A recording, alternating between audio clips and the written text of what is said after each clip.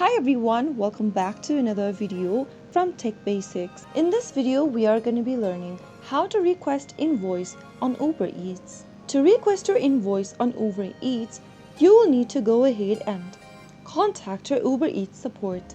Go ahead and launch open a web browser and then type in ubereats.com in the URL box. This will now take you to the official website for Uber Eats.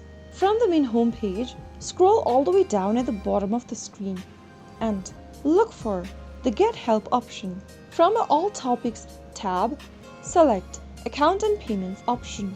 Click on I need to contact support on the next page and enter your name, phone number and mention that you would like to request for an invoice in the text box. Finally, click on Submit and the customer service representative will be able to guide you through the process or generate the invoice for you. So that's how you can easily request for an invoice on Uber Eats. If you found the video to be helpful, go ahead and give us a thumbs up. Don't forget to subscribe to our channel by hitting the subscribe button. Press the notification bell so that you'll never miss another upcoming upload from us. I will be back again in the next video. Thank you for watching.